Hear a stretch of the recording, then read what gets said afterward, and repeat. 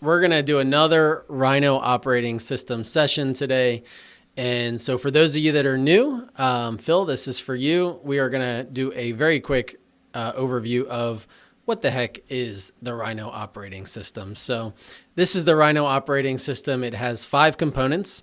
They are who, understanding your who, kind of your unique DNA, why, your purpose, what, the actual work that you do, how you actually execute on that, and when, maximum rhythms of productivity.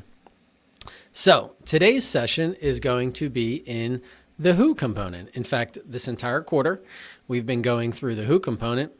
But before we jump into today's session, I want to talk a little bit about self-curiosity. So I want us to spend a minute thinking about our thinking. It's rare that people take a step back and say, what did that thought that I just have actually mean, and what does it say about me? So I'm going to show 6 pictures on the screen. These are just 6 random pictures. What I'd like you to do is think immediately about the picture that caught your attention. Pick one picture from these 6 that caught your attention. And I'd like you to think about, why did that picture catch my attention? What about that picture resonates with you? What emotions or thoughts or maybe even memories come up as you look at that picture? And what I'd like you to do is post in the chat. You could just number these kind of left to right, top to bottom, 1, 2, 3, 4, 5, 6. Go ahead and post in the chat, which picture did you pick? 1 is the top left, 6 is the bottom right. Okay? All right, we got a smattering of pictures that have been picked so far. I'm seeing some 5s, some 2s, some 3s. All right, I'd like 3 people, if you don't mind, raise your virtual hand, and I'm going to do a little bit of a self-curiosity exercise with you. So if you picked your number and you're willing to come off mute, go ahead and hit the reactions panel and hit the button that says raise hand. I'm going to ask you a couple questions. And if not, I'll just call on some people that put a number in the chat. Mel, thank you. And 2 other people. Thank you, Elena. Thank you, Jason. Perfect. We got 3 people. I'm going to go Mel, Elena, Jason. Mel, what picture did you pick? Number 5. Number 5. Okay. So that's the one with all these people. I figured that out after I stared at it for a while. Okay. What about that picture resonated with you? I didn't know what it was. I wanted to know. So you were curious. Okay, so it's Yes. sparked a little bit of curiosity. Is there any underlying emotions or feelings that you felt, or even that you feel now looking at that picture? Well, until you said it was people, I didn't know what it was. So kind of like, aha, okay, I get it now. It's a bunch of people standing around, arms in the air. So emotions, I don't know. I'm not sure how I'm feeling. More like solved emotion. I don't know. Okay, so you're feeling some resolution, so it was almost like you enjoyed having this question, almost this problem, and you wanted to solve it. There was like this unsolved issue that was in your mind that you wanted to solve.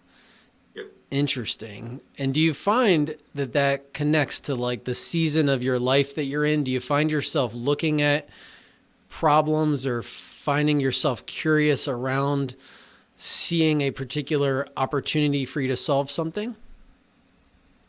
That's a good question. I mean, I definitely, I think in general, I am somebody that likes to solve problems. So I generally like to find things that don't make sense and try to understand why they don't make sense or help them make sense, at least to me. So yeah, I would say that definitely is probably the reason why all the other ones I knew what they were, at least I thought I knew what they were. That was the only one that didn't make sense and it stood out to me. So I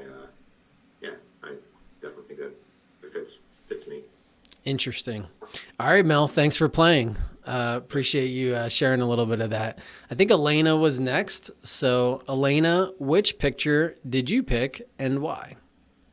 I picked 1, and because it was bright and reminds me of like morning drives or afternoon drives in the sunshine, which is something I like to do. Okay, so you liked the car kind of driving there into the sunset or sunshine.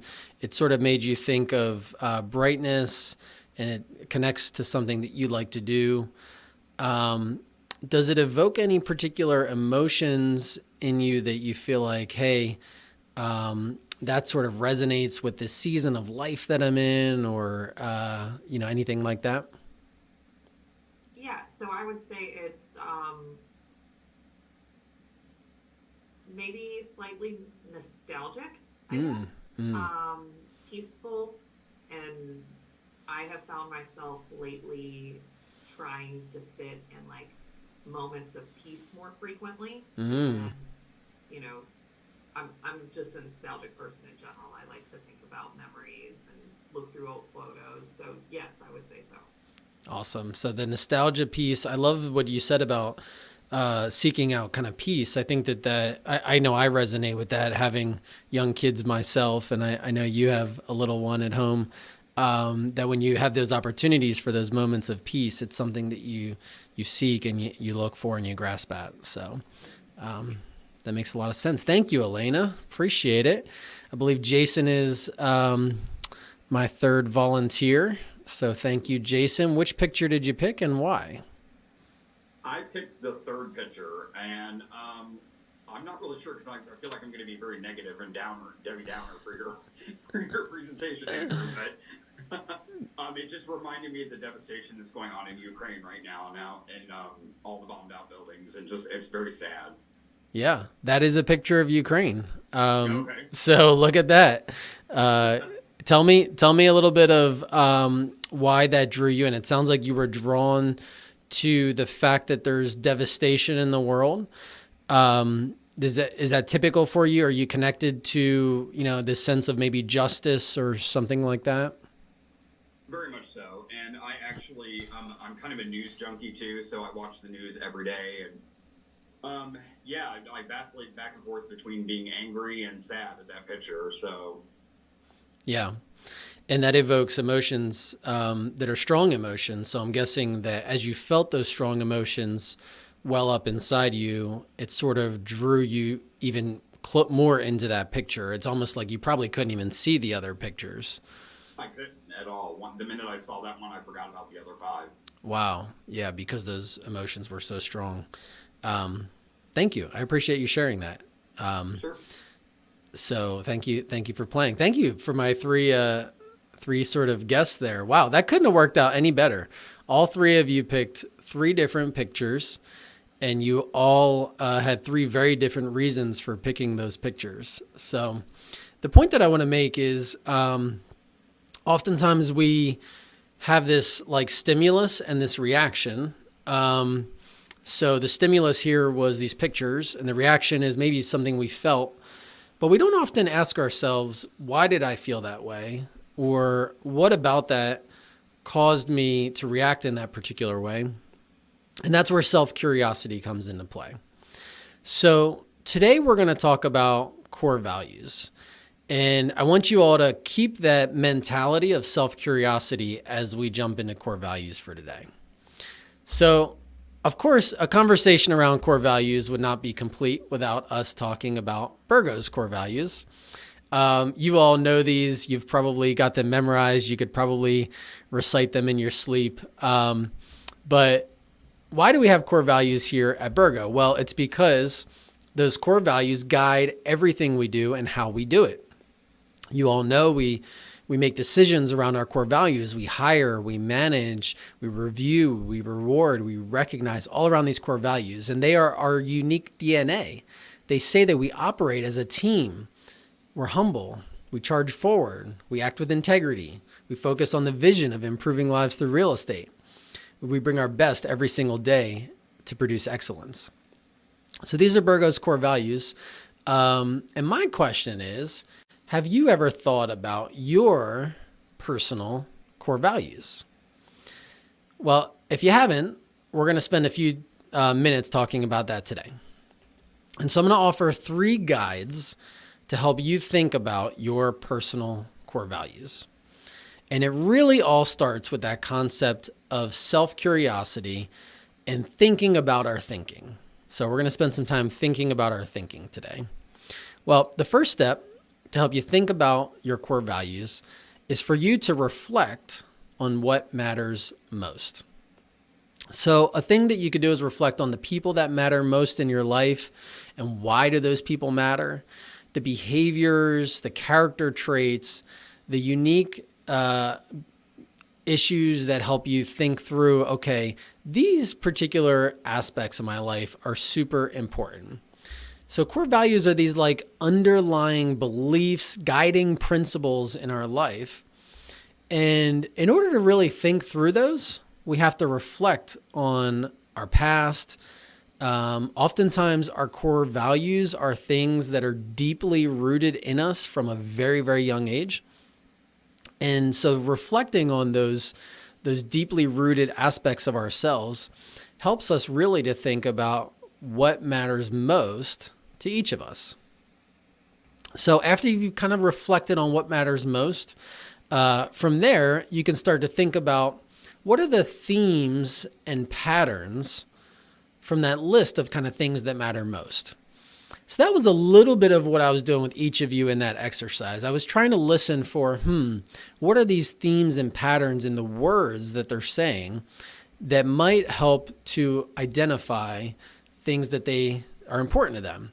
So with Jason, like I could tell there was this deep caring about justice, about the things that are happening in the world, about, this devastation that's happening. Like I could just hear the core value coming through in his description of that picture. And the same thing with Elena and Mel as they shared as well. There was something about each of them that was shared. And so just recognizing the themes and the patterns in the language that we use, the conversations that we have, the behaviors that we exhibit, that's really kind of the next step. And then from there, the third thing that we can do is really start to refine and prioritize those values. So the reality is many of us value a lot of things. So many of us would say, wow, we could have 10, we could have 15, we could have 20 values, things that we value. But a good core values list, as you probably know from EOS, should be no more than like 5 to 7 values. So really thinking about what is my unique DNA? Again, this is all about the who component. What is my unique DNA? And what are the 5 things that really matter most to me? So in summary, just kind of 3 guides you can use to really identify your core values. And we're actually going to go through this as an example today. First thing you do is just reflect on what matters most, thinking about what matters most to you in your life. Reflecting on your history, your family upbringing, your childhood, all of those kinds of things can help give you clues towards your core values. Recognizing those themes and patterns among those things that matter most to you. What are the themes? What are the patterns?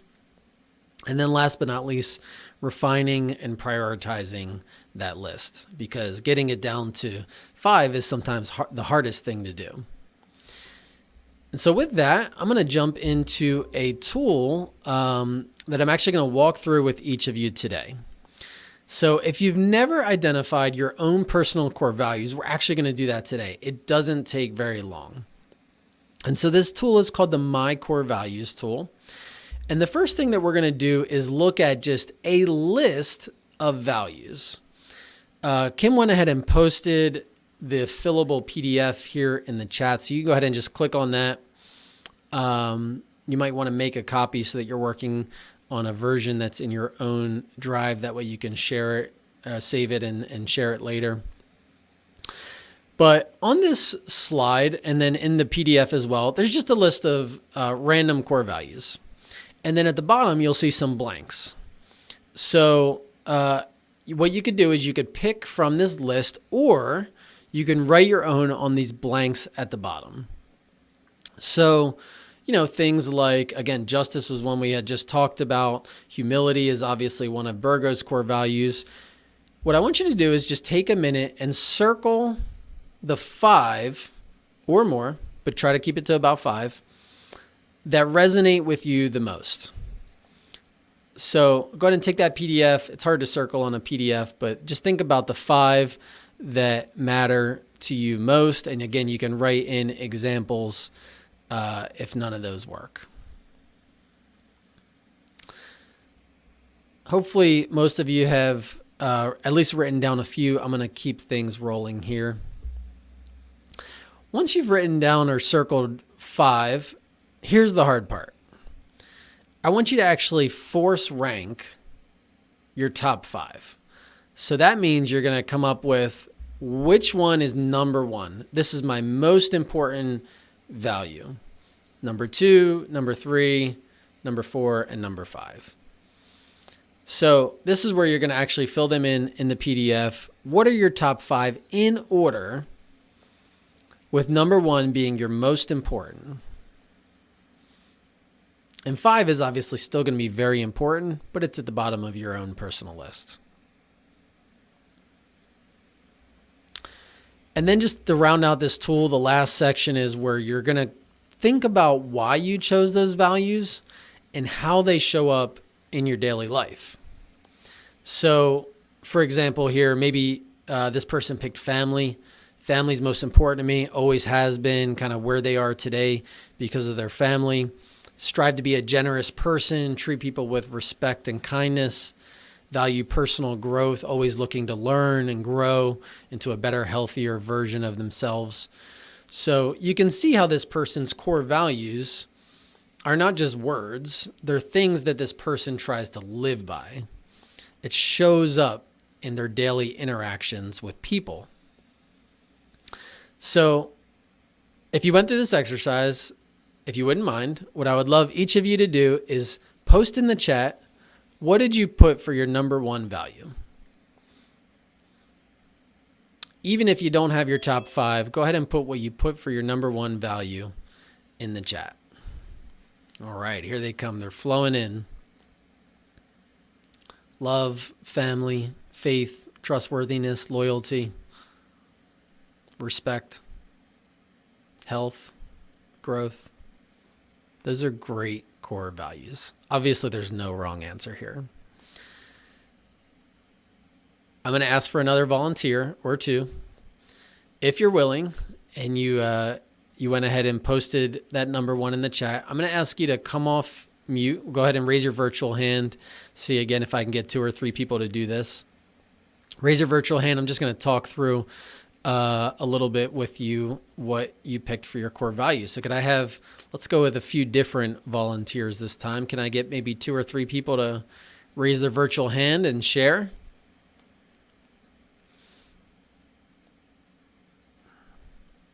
All right, Candace. Awesome. Thank you.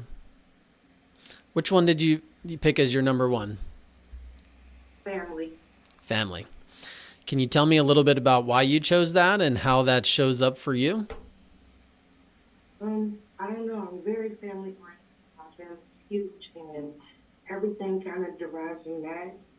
We're very close knit, so without them, like it makes the day to day easier. Mm-hmm. I guess I'm just really big on it. So, I love that, Candace. And did you grow up in a family that was pretty close? Like, did you find yourself staying close with your parents and even grandparents at a young age? yes, I had 2 fathers, so I have huge family. So Yeah. I'm very close with everybody, but it was just nice. We grew up in a really big house, a lot of people, and you need it. It's almost like I can't be by myself sometimes. So, Yeah, that's great. Thank you, Candace. I appreciate you sharing. mhm. It's interesting. I've talked to a number of people that have chosen family through the years, and some of them that chose family came up in very strong family atmospheres, very functional family backgrounds. And some I've actually found that really value family actually grew up in a bit of the opposites. They grew up in a pretty dysfunctional family situation where they didn't really have that family kind of upbringing and closeness. And that's why they value it. And that's why they want to make sure that their kids and their grandkids sort of have what they didn't have. So one of the things that's interesting is our backgrounds and our upbringing can really go either way. They can push us toward, a particular situation, or if we didn't have that, it could actually kind of draw us towards it. So thank you, Candace. Appreciate you sharing. Gina, what did you pick and why?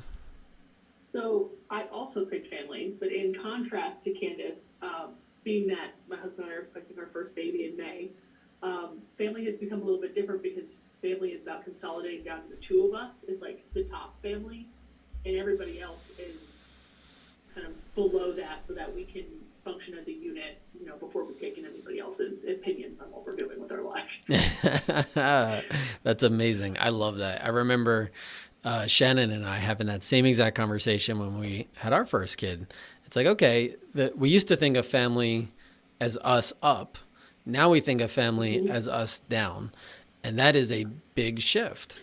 And I love that you guys are thinking of that. And, I'm sure you guys have great relationships with your parents, but it's one of those things that's it's harder to do than you might expect because, it's the parents always want to kind of get themselves in the family mix. And sometimes you have to kind of say, no, this is like our family is this now.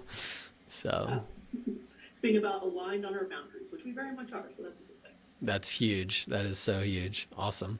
Thank you so much for sharing, Gina. Yes. Awesome. Thank you. We got one more, and I don't want to butcher it. Hanan, is that how you say it? Did I get it right? All right. Let me see. Yes, you did good. Thank you. So I'm first talking about integrity. It is very, very important to me. So integrity and loyalty for me go together. To myself first, to my children. They didn't decide to come to the world, so when they're here, I owe them loyalty and love and integrity. To the others, to my resident, to my family, to people around me. If there is no loyalty, then you're failing them. You're failing being a human being to be part of a society and a clean behavior, a fair behavior, loyal, be true, be transparent to yourself and others. Otherwise, personally, I would go home with a heavy heart that I failed. I failed myself, I failed my children, I failed my job. For the smile, for the 25 years I've been calling my family every Saturday, dad and mom. Every Saturday morning when I call them, instead of asking how are their grandchildren, my dad would say, are your supervisors proud of you?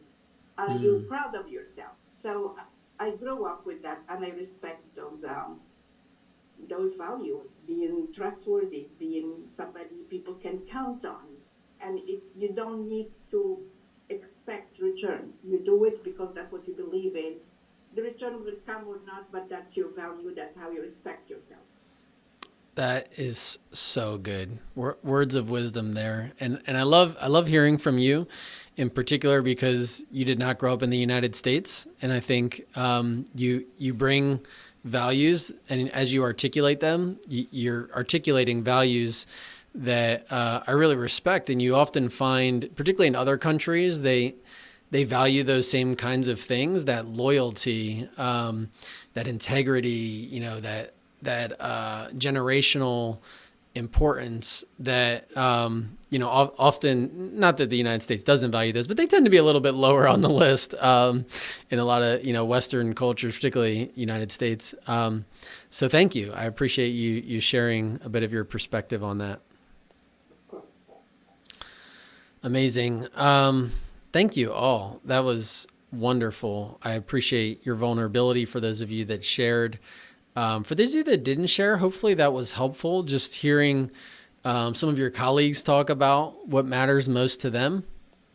And so the thing I want to leave you with is just remembering that those particular values matter for you and the way that you show up to work. and making sure that you're able to express those values is really who you are. That's what the who component is all about. We do a lot of assessments around behaviors and, personality type assessments, but these deep rooted core values, they're huge and they're incredibly important as you go out into the world and as you interact with people. So just a little bit of a takeaway here for you all. Where do you go from here? So again, just a reminder, 3 guides to thinking about your core values. Many of you already did this, and that was really incredible and beautiful for those of you that shared. But just reflect on what matters most, recognize those themes and patterns, and then refine and prioritize. Where do you go from here? You certainly, if you haven't already, complete that My Core Values tool. It's just a great tool to get you thinking. Today was obviously a very abbreviated version of that tool. So you could take that with you on your next clarity break, 15, 20 minutes, in quiet time at a coffee shop or on a hike. I think it'll really start to think about, okay, what does matter most to me? And then share those. Really encourage each of you to share your core values with somebody that you trust. That could be a spouse or a close friend or your manager. But think about, hey, who can I share these with, that just so that they know? I know if I were managing any of you, I would want to know, hey, what is it that really makes you tick? What is it that you care deeply about? And let me make sure that I'm honoring that and respecting that in the way in which I work with each of you. So definitely share these with your manager if you have them. And then last, and this is probably more of like a lifelong journey, but align your life with your core values. So this is kind of really where the rubber hits the road. If you're not in an organization that respects your core values, that's going to be really hard. If you're not at a company where you can be yourself and where you can feel respected for the things that matter deeply to you, that's going to be really hard. If you're not in a relationship with somebody that respects your core values, that understands them and honors them, that's going to be really hard. And so life is about not just knowing your own core values, but aligning yourself from a work and a personal standpoint with people that understand and support you for who you are, for your core values. So that's it for today. Hopefully that was helpful. Just again, another aspect of digging into the who component, understanding who you are. There's endless layers, of that onion that we could peel back, but hopefully you got one more layer peeled back today for understanding yourself and maybe even understanding a couple of your colleagues. So we do have a few extra minutes. Any questions that I could answer on core values or otherwise?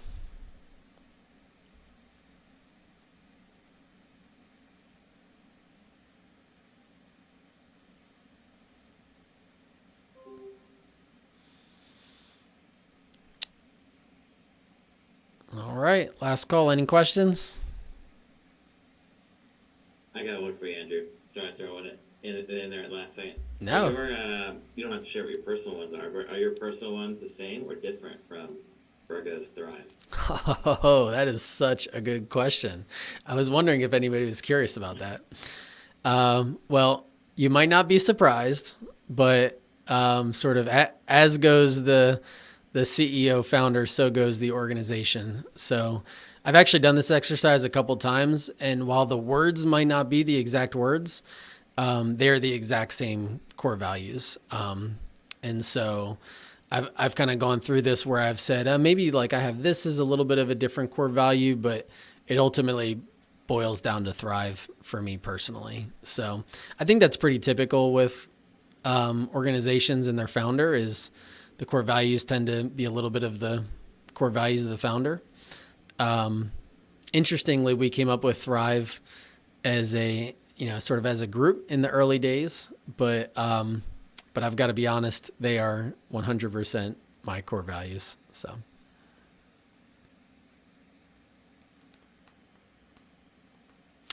Great question. Any other questions?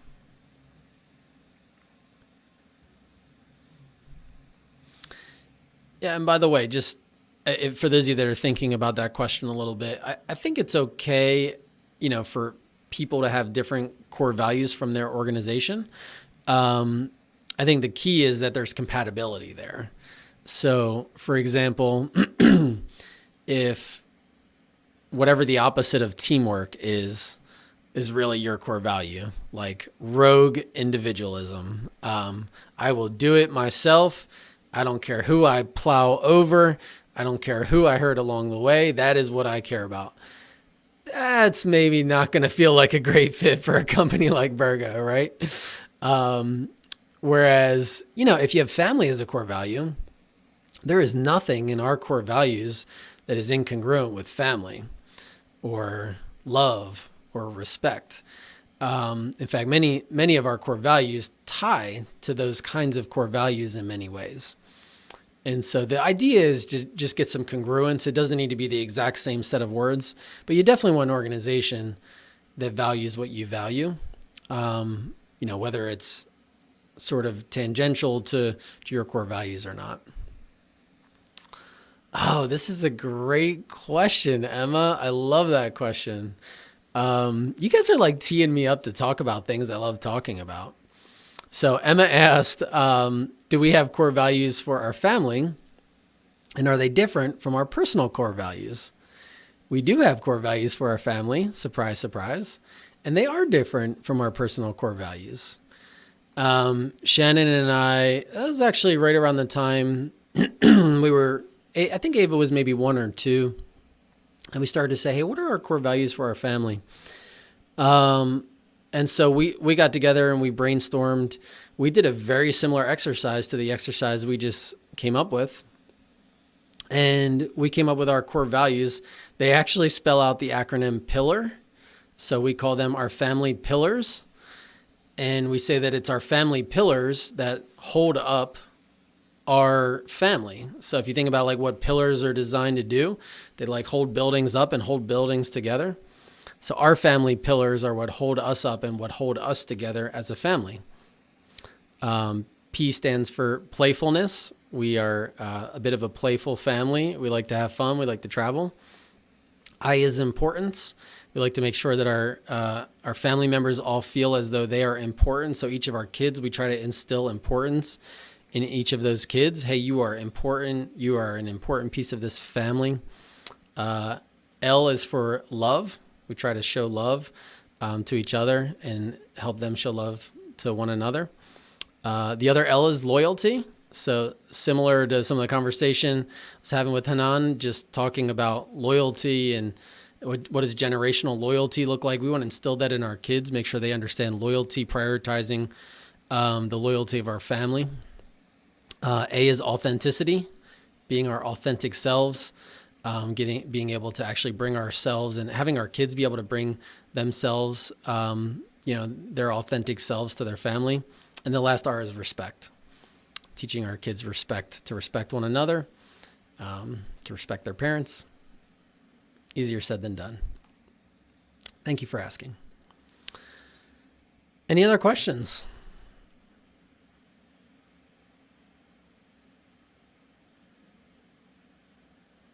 Yeah, and that could be a fun exercise for those of you that are married. It could be a really fun exercise for you to do with your spouse as well, thinking about your core values of your family. All right. Thank you. This was so much fun. I appreciate the participation, and I hope you all have a great week improving lives through real estate.